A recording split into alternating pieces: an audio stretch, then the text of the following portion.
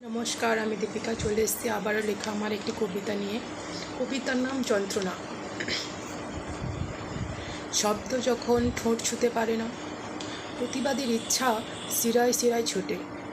অপবাদ লাঞ্ছনা শুনতে শুনতে চুঁয়ে ওঠে মস্তিষ্কের ধমনী। চোখ থেকে ঝরে পড়ে যন্ত্রণার জল্পনা। ইচ্ছে করে জোর গলায় চেঁচিয়ে উঠি, তোমাদের কিসের অধিকার, কিসের অধিকার? শান্ত হয়ে যায় শব্দ, শান্ত হয় গলা, আর বলে না কিছুই, শুধুই গড়িয়ে পড়ে চোখের জলবিন্দু কণা।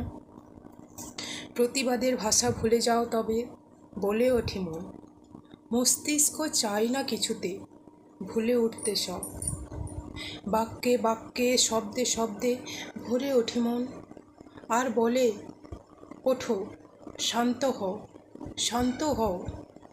আবার হবে ভোর, রাস্তা হবে কঠিন, জীবন হবে শক্ত। শান্ত থেকো তবে, জীবন হবে সহজ ও সরল।